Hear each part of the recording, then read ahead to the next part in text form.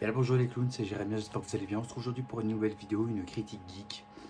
Et on reste dans la continuité des films du Spider-Sony Universe, comme je l'avais appelé. Et ici, je continue avec les autres merdes qui vont suivre, hein. Enfin qui ont suivi avant Kraven. Non, qui avaient avant Kraven, pardon. C'est la fatigue, parce qu'ici il fait chaud, encore une fois, c'est la grosse canicule, c'est impossible de rester devant le PC.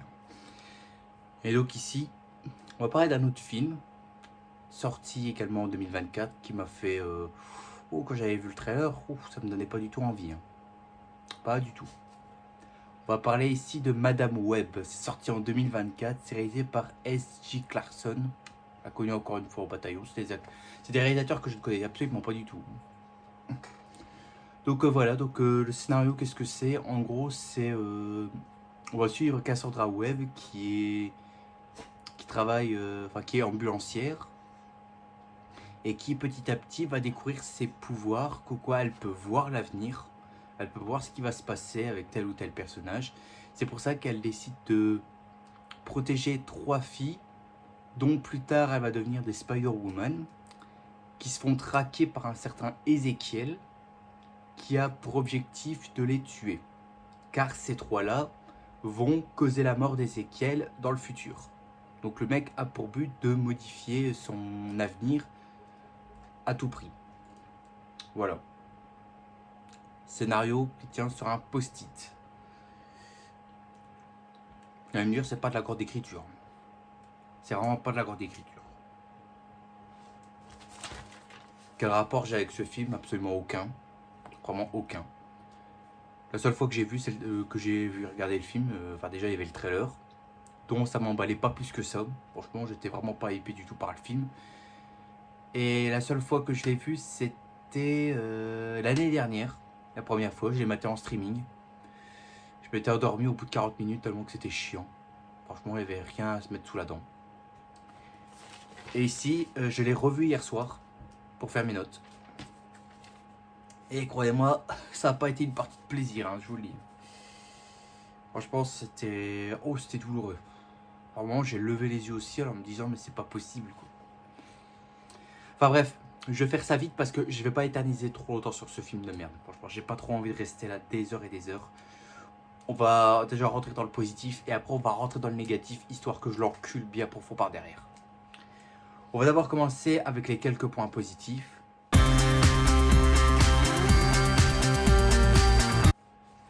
Alors, d'abord, la scène de l'accouchement, quand tu vois Constance Webb qui va accoucher de Cassandra.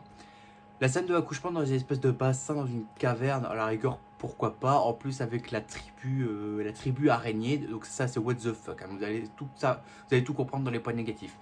Mais la scène de l'accouchement dans l'espèce de bassin, et qu'après tu as un des membres qui porte l'enfant en question, le plan était pas trop mal, franchement. La scène était intéressante, malgré qu'il y a un peu trop de flash qui m'emmerde.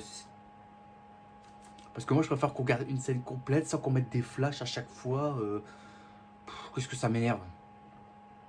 Il n'y a pas un moment où on peut pas faire une scène complète. À la rigueur, cette scène-là, il y avait une tentative, je vois, mais les flashs qui coupent trop, genre la caméra change d'angle à chaque fois. Un coup c'est là, puis là, puis là, puis là, puis là, ça change d'angle toutes les 2 secondes. C'est comme les femmes, tu me diras. Les femmes, elles changent de couleur tous les 3 mois. Ben là, c'est pareil. La caméra change de plan tous les 3 secondes. C'est pareil. Bref, la scène était pas trop mal. Il y a eu un petit effort dans cette scène-là, donc j'approuve. On a aussi la vision des 3 gamines en Spider-Woman. Et en soi, c'est pas mal. Franchement, c'est pas trop mal. Malgré que là, tu sens le fan service. Hein, mais en soi, c'est sympa. On montre quand même il y a quand même eu des Spider-Woman qui ont existé dans l'univers, bordel. Et tant mieux, j'ai envie de dire. Parce que c'est étonnant qu'au en live action, on n'a pas encore eu une seule. À chaque fois, on a tout le temps eu des Spider-Man, mais des Spider-Woman, jamais. Et moi, ça me dérangerait pas de voir une Spider-Woman en live action, ça me dérangerait pas. Bon, dans un vrai film, hein, bien sûr, hein, pas dans ce tas de merde où là, c'est pas un vrai film pour moi. Mais bon, bref, la vision où on voit les 3 Spider-Woman, pourquoi pas, c'est sympa. Alors, il y a aussi des refs au Spider-Verse qui m'ont fait tilt, et j'étais étonné de voir ça. Tout d'abord, on a Ben, donc Ben Parker, qui travaille en même temps que Cassandra Webb. Je ne me souviens pas si Oncle Ben était ambulancier avant de devenir l'oncle de Peter. J'ai pas souvenir de ça. Ensuite, on voit aussi Mary Parker, qui est la mère de Peter. dont Peter, je le dis, n'apparaît pas. Hein. Enfin si, Mary est enceinte. C'est-à-dire que Peter est dans son ventre. Donc l'enfant n'est pas encore né. Donc il y a ça, il y a Mary. Et on entend aussi Richard. Donc il y a Richard et Mary Parker. Donc à partir de là, quand tu vois Mary enceinte, tu sais qui est l'enfant. Tu sais qui est l'enfant. Si tu as vu les Amazing Spider-Man et si tu as lu des comics, tu sais clairement que l'enfant qu'elle porte, c'est Peter. Faut pas être plus bête qu'un autre pour le deviner. Et pour finir, c'est le plan final où tu vois Cassie avec des lunettes rouges, avec des cheveux un peu gris pour ressembler à la Madame Web des comics. Et également les trois en Spider-Woman. Bon, on sent là encore une fois que c'est le fan service, hein, mais c'est sympa, voilà, c'est plutôt cool. Hein. Parce que quand tu vois un titre comme Madame Web, tu t'attends à ce que tu vois par exemple des Spider-Héros. Si t'en as pas, bah, ton film te fait chier. Là, il y en a eu quand même, hein. Mais le film m'a fait chier. Voilà. Voilà pour les points positifs. Pas grand chose. Hein. Pas grand chose à se mettre sous la dent, comme je l'ai dit. Hein. Maintenant, en termes de points négatifs, ça va bosser dur.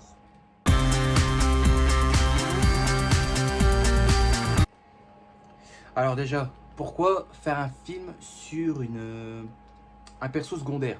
Parce que Madame Web, c'est, je sais pas si c'est un perso principal ou un perso secondaire, mais Madame Web, ça n'a jamais été un personnage qui m'avait tant marqué. La seule fois où je l'ai vu, c'était dans la série Spider-Man des années 90, et également dans Spider-Man Dimension, mais c'est tout.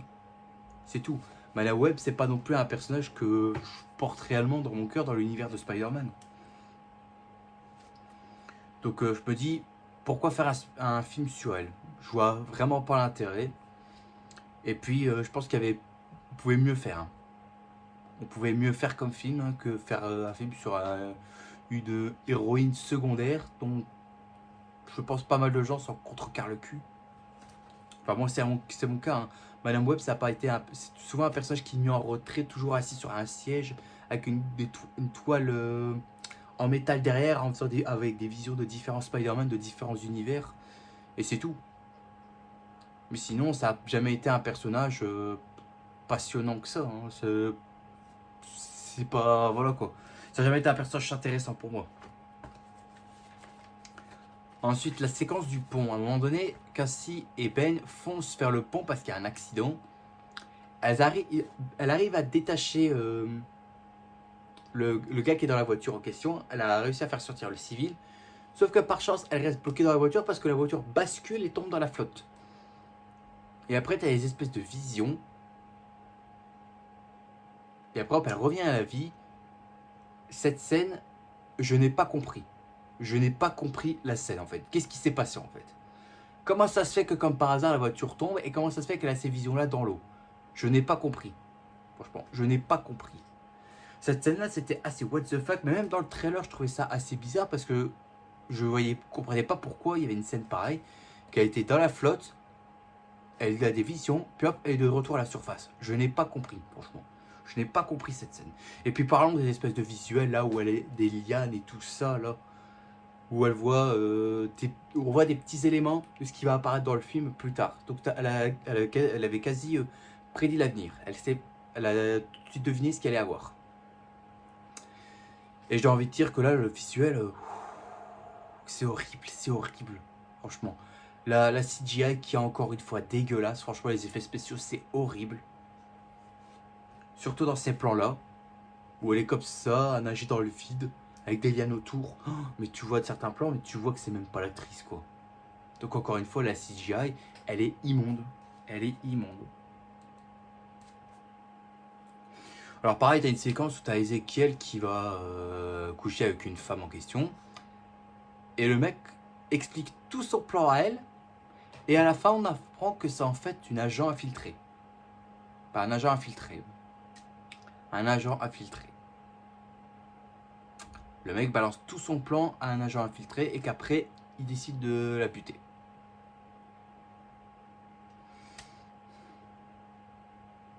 Là, comme ça, le mec t'explique entièrement son objectif, ses motivations, pour que le spectateur ne se perde pas en chemin. On a tout de suite compris hein, le fait que tu as 3 gamines qui te hantent dans tes rêves et que tu dois absolument les tuer pour pas qu'elles te tuent au premier. C'est tout à... Oh là, on avait compris, hein, pas besoin que tu nous décris quoi, les nouvelles, l'avancée de la technologie et tout ça, qu'est-ce qu'on s'en tartine le cul, franchement. Donc cette scène-là, pourquoi est-ce que le mec balance tout ça comment dire, à un agent infiltré, si au final il y a but, je vois vraiment pas l'intérêt. Franchement, cette scène-là, alors ambiance et réalisation, je les mets sur le même schéma. Parce que ça fait trop, tout le long du film, ça fait trop fan film. C'est pas un vrai film, je trouve. C'est un fan film que tu peux retrouver facilement sur YouTube. Ça se voit par le jeu des acteurs, ça se voit par l'ambiance, ça se voit par la qualité, enfin la qualité de l'image, ça se voit par la caméra, comment elle est positionnée et tout ça, ça se voit par les effets spéciaux. C'est purement un fan film. C'est pas du tout, c'est vraiment pas du tout un film de cinéma. Et je me dis, on arrive à un stade où on continue à faire des films de merde. Et que quand on ne sait pas quoi faire, quand on n'a pas envie de faire un vrai film hollywoodien, bah on fait un film typique fan film. C'est grave. C'est très grave, franchement. Bon, vous ferez pas gaffe, le faux raccord qui suit, c'est parce que au moment où je tournais ce passage-là, j'ai été affreusement, affreusement, j'ai été un petit peu, on m'a appelé. Donc ce qui fait que j'ai pas pu continuer le tournage de la vidéo, donc ici je la retarde une journée. Genre ce que vous avez vu au début, juste avant, et bah ici je fais la suite le lendemain. Donc j'étais en train de dire on a une scène où Cassie est invitée à une fête pour célébrer la naissance, enfin pas célébrer la naissance mais pour fêter on va dire le fait que Marie soit enceinte. Et d'ailleurs, tu as un petit jeu où les filles s'amusent à deviner le nom de l'enfant que Marie a donné, enfin le prénom de l'enfant que Marie a choisi. Et à chaque fois, certains choisissent, à part Ben, Richard, ou alors, je sais pas, Jason, n'importe quoi. Et au moment où l'une d'entre elles, ou même Marie, je pense, était sur le point de dire le nom, eh ben, ça a été coupé pile au moment. Mais t'es pas con quand même. Hein. Quand tu vois que la mère s'appelle Marie et le père Richard, t'as tout de suite compris que l'enfant qui est dans le ventre, c'est Peter. C'est Peter Parker. Faut pas être plus bête. Hein. Si t'as vu les comics ou alors si t'as vu les films Amazing Spider-Man, tu le sais d'avance. Hein. Donc faut pas me prendre pour un demeuré. Mais le film, t'as l'impression qu'il te prend pour un demeuré en fait. Genre c'est au cas où si tu n'as pas vu tous les films Spider-Man qu'il y a eu avant. C'est grave, franchement c'est très grave.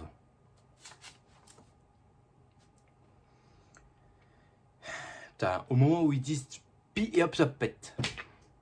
T'as tout de suite compris que c'était Peter. Faut arrêter de me prendre pour un con. Alors t'as une scène où Cassie, en tant qu'ambulancière, va dans un entrepôt qui a pris feu. À un moment donné, elle sait il va y avoir une collision entre une ambulance et un camion. Elle sait d'avance que c'est un de ses collègues. Elle dit elle va conduire et tout ça. Et le mec la remballe en disant que non. Et là, j'ai pas aimé le plan parce que t'as un plan vraiment proche d'elle où elle marche. L'ambulance qui part. Et hop, boum, accident de camion. Comme de par hasard. Comme de par hasard. Quand même. Donc, du coup, elle y va et après, elle se bat chier. D'abord parce qu'elle n'a pas pu empêcher ça. Si, t'avais les moyens. Hein. C'est juste que tu t'es fait encore entuber par ton collègue qui t'a dit non, reste sur le banc de touche. Alors que non, t'aurais pu agir.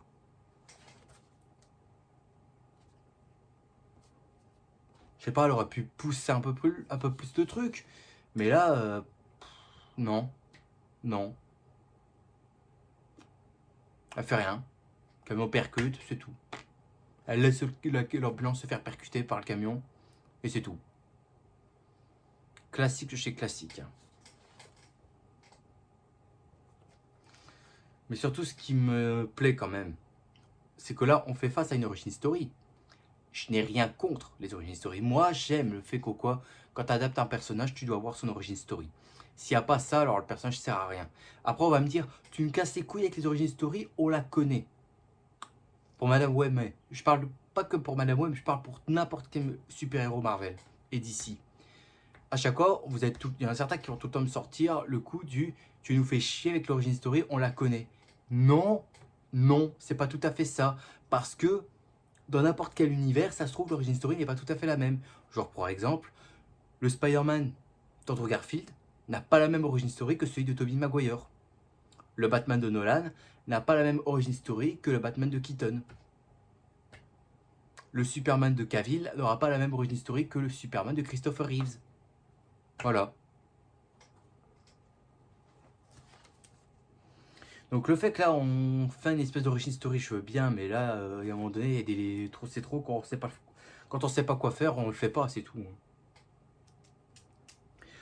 La séquence à la gare. À un moment donné, Cassie voulait prendre le métro et les trois filles en question que Ezekiel traque montent dans le même train que Cassie, donc comme de par hasard. C'est un gros coup de chance. Waouh, un gros coup de chance. Et puis après la scène, bah, c'est téléphoné comme pas possible. Déjà, elle va voir les filles sans problème. Déjà, t'as une scène où elle est assise, elle regarde les filles comme ça, sans bouger. Et à chaque fois, les filles font un air du genre elles se sentent mal à l'aise ou quoi que ce soit. Mais tu m'étonnes, t'as vu la meuf comment elle les fixe aussi, sans déconner. Elle les fixe comme ça. Tu peux pas regarder les gens correctement. Ou alors discrètement. Au final, non. Finalement, elle est fixe comme ça parce qu'elle a les flashs qu'au quoi Ezekiel approche et qu'il va les buter. C'était le fait comme pas possible. Après, elle a réussi à les faire sortir. Elle essaie de les sortir du métro. Et comme de par hasard, t'as Ezekiel qui arrive avec sa tenue Spider-Man. Ouais.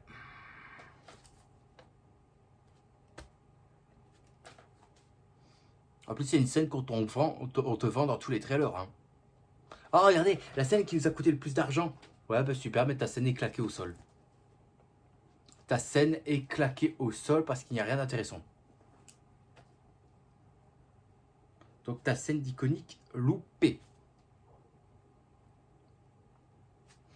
Rien qui va dans la séquence, putain. En parlant de choses qui ne vont pas, les trois gamines, elles sont vraiment casse-couilles. Elles sont insupportables. Franchement. Vraiment le cliché typique des ados. Ouais, on est cool, on écoute personne et tout, on fait ce qu'on veut. Voilà. Typiquement le genre d'ado que je supporte plus de voir de nos jours.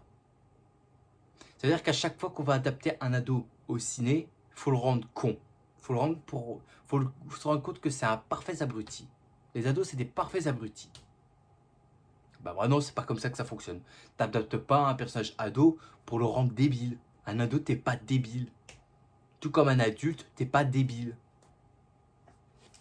Ça, ce serait toi qui comprennent hein, les scénaristes au ciné, parce que là, bref, les trois filles, elles sont insupportables et tout. À un moment donné, quand Cassie dit qu'au quoi elle a des pouvoirs, les trois filles se foutent de sa gueule. Elle n'y croit pas une seule seconde.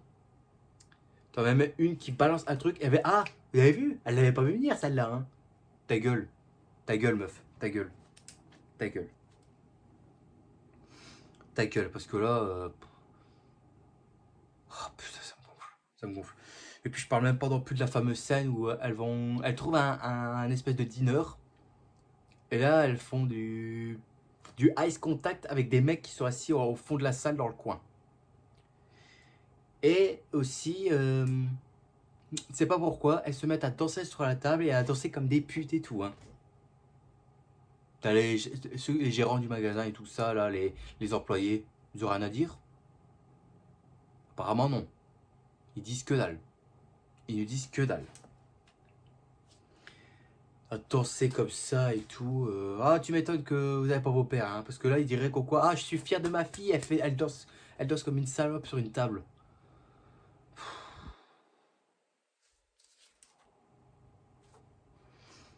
Et puis aussi, Cassie va là et elle voit enfin, elle arrive déjà sur les lieux et elle voit les filles ne sont plus là. Comment ça se fait qu'elle n'a pas pu prévoir les filles n'allaient pas rester à cet endroit-là?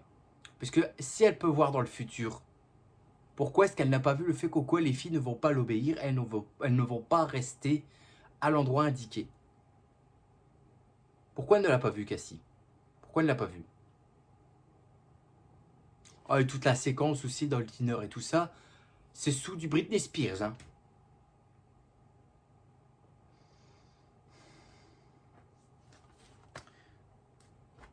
Ouais, ce genre de choses, ça me gonfle, hein. Il y a un moment donné où je sais pas quoi faire, là.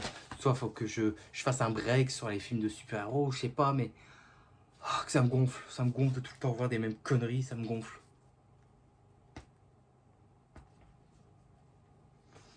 Du Britney Spears. En plus, quand on est avec des filles, hein. Quand on est avec des filles, faut bien mettre une chanteuse, hein. Pas mettre un chanteur, non, bien une chanteuse, hein.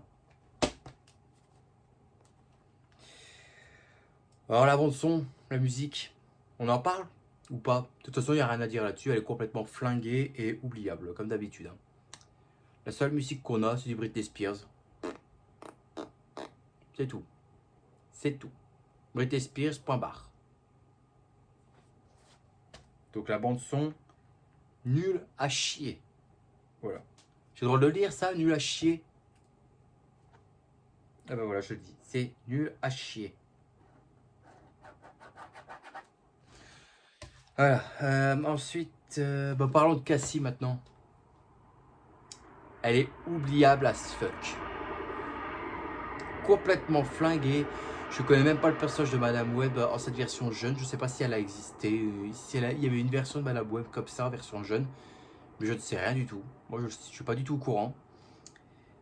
Et aussi, encore une fois, comme j'avais dit pour Craven, erreur de casting pour Madame Web. Erreur de casting phénoménale.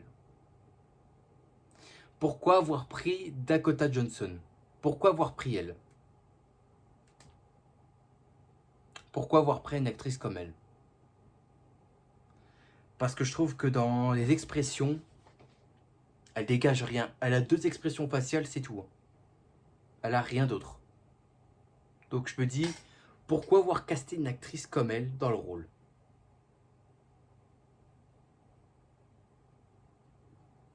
Moi je comprends pas. Franchement, j'ai déjà pas compris de personnage ni son objectif. Alors là, l'actrice, en plus, elle fait les mêmes expressions que quand elle découvre ses pouvoirs, que quoi elle peut voir dans le futur. Elle a les mêmes expressions à chaque fois. Et pourtant, ses pouvoirs, elle ne les contrôle pas.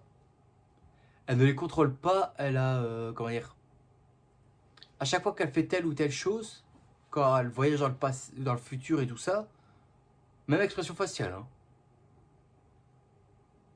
Voilà, c'est ça. C'est la même gueule qu'elle fait à chaque fois qu'elle teste ses pouvoirs. Donc, jeu d'actrice catastrophique, erreur de casting catastrophique et les expressions catastrophiques. Donc voilà. Donc le personnage principal, complètement flingué du cul. Alors parlons du méchant Ezekiel. Ouais, quelle idée de merde. Je suis désolé. Quelle idée de merde. Et je le connais pas plus que ça. Je sais qu'il existe dans les comics Spider-Man. Mais je ne sais plus si c'est un méchant ou un anti-héros. Je sais pas. Je sais plus. Mais quelle idée d'avoir pris lui. Et encore une fois, cet acteur-là. L'acteur, je sais pas s'il a vraiment pris des cours de théâtre. Mais il joue extrêmement mal, franchement. Je me dis, quelle bande d'abrutis finit à la piste pour décider d'engager des acteurs aussi idiots comme lui, hein. Franchement, qu'est-ce que c'est que ça? Qu'est-ce que c'est que ça? C'est quoi cet acteur à la con? Et puis surtout, Ezekiel, Et pourquoi pas Morlun, tant qu'on y est? Pourquoi pas Morlun? Parce que c'est l'ennemi de base. Je rappelle, et c'est dans la vidéo de Link the Sun, quand il présente les ennemis de Spider-Man, Morlun, c'est un... Si je me rappelle bien, c'est un gars du multivers envoyé pour tuer tous les totems araignées du multivers, c'est-à-dire tuer tous les Spider-Héros. Et le seul qui a réussi à mettre à terre Morlun une ou deux fois, c'est Peter Parker. Morlun aurait pu être un peu plus dangereux, un peu plus imposant. Au final, on a Ezekiel qui se travaille tout le temps pieds nus. Après, je pense que ça, c'est dans les comics, mais qui se travaille pieds nus et qui est mal foutu, mal dirigé.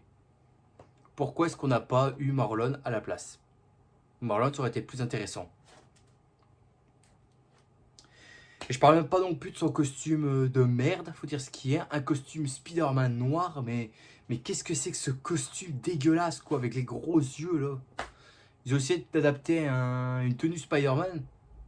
Bah, excuse-moi, j'ai pas vu un air de Spider-Man. Hein. Le mec fait des sauts, il grimpe au mur, c'est tout. Hein. Et on te précise bien, il grimpe sur les murs comme des araignées. Comme des araignées.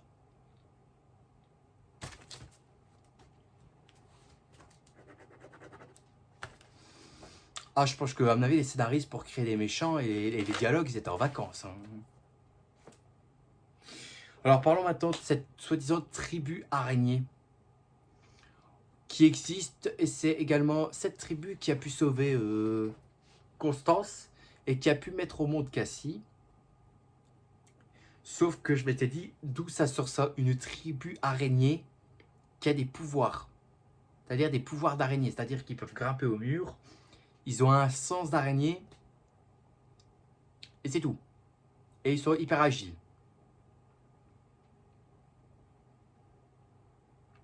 La tribu araignée.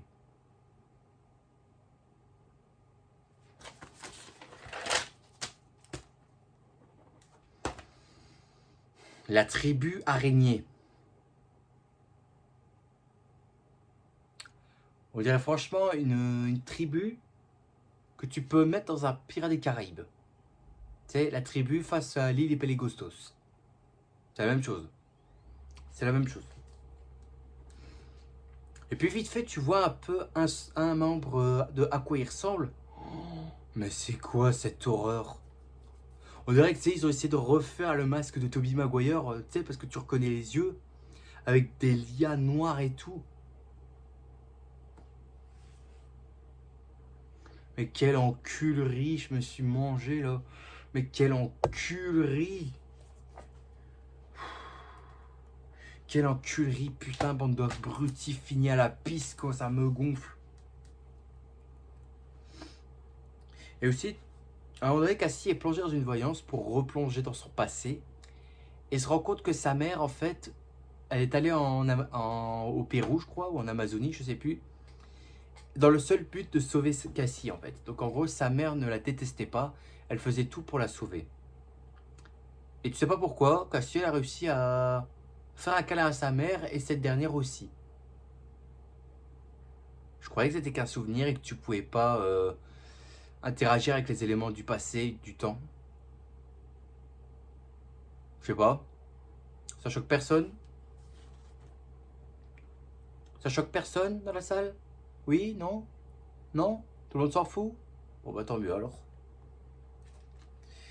Et aussi à un moment donné, on te ressort la fameuse phrase, c'est qu'avec beaucoup de responsabilités, tu obtiendras un grand pouvoir. Bande d'enculés, vous savez même pas dire la phrase culte de Spider-Man. Vous savez même pas capable de dire un grand pouvoir implique de grandes responsabilités. Non, il faut que vous déconstruisez un peu la phrase en question. Oh, le fan service de merde, quoi. Avec de grandes responsabilités, tu obtiendras de grands pouvoirs. Je t'emmerde, je t'emmerde. Puis la scène de course-poursuite, à un moment donné, Cassie a su récupérer les gamines. Elle roule avec une ambulance. Et là, t'as le mec Ezekiel qui est poursuivi en sautant de toit en toit. Putain, on dirait la même course-poursuite que t'as eu dans Black Panther. C'est la même scène.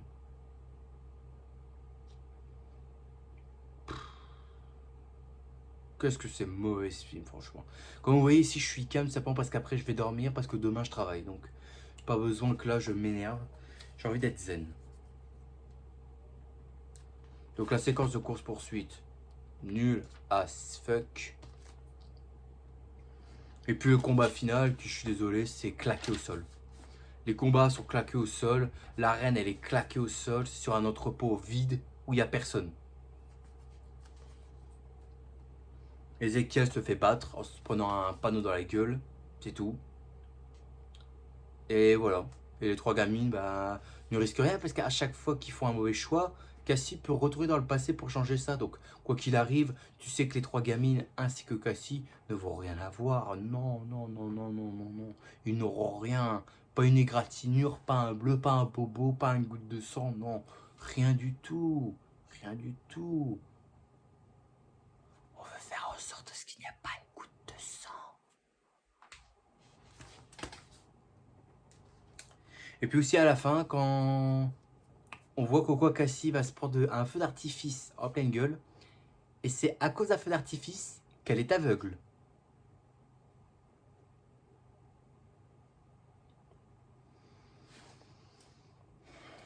Ouais, elle se prend un feu d'artifice et c'est comme ça qu'elle devient aveugle.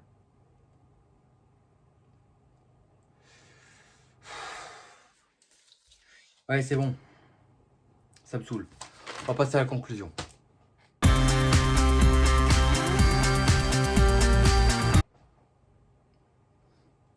Madame Webb.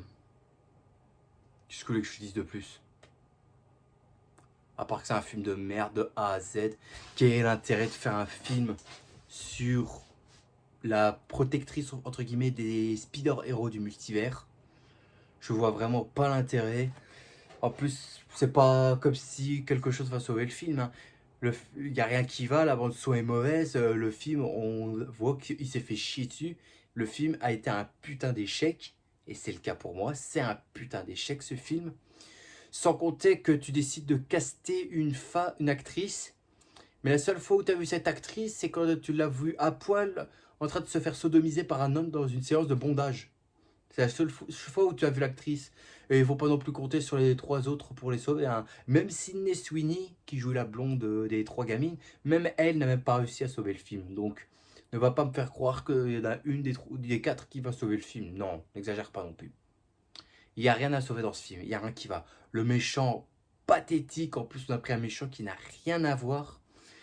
C'est plombé par des conneries, des fanservice franchement grossiers. C'est bon, stop. On va arrêter là-dessus parce que là, ça va partir en couille. La note que je vais mettre à ce film, allez, au pif, 2 sur 20. Voilà. 2 sur 20, au pif, c'est bien fait pour ta gueule. Bref, c'est tout ce que j'avais à dire. Je ne vais pas m'éterniser plus sur Madame Webb, hors de question. Bref, dites-moi ce que vous en pensez globalement du film, si vous l'avez vu.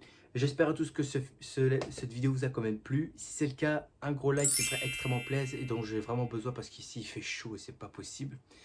Donc un petit like qui me ferait extrêmement plaisir et qui me motivera à continuer. Également à vous abonner parce qu'il y en a certains qui regardent mes vidéos qui ne sont pas encore abonnés. Je vous ai à l'œil, attention. Et on se retrouvera demain pour une prochaine vidéo. Sur ce, je vous dis à la prochaine. N'oubliez pas le grand pixma, tout ce qui fait plaisir. Et profitez de la vie aussi, elle est extrêmement importante. Il faut surtout pas la gâcher, c'est moi qui vous le dis. Allez, à plus tout le monde. Salut à tous.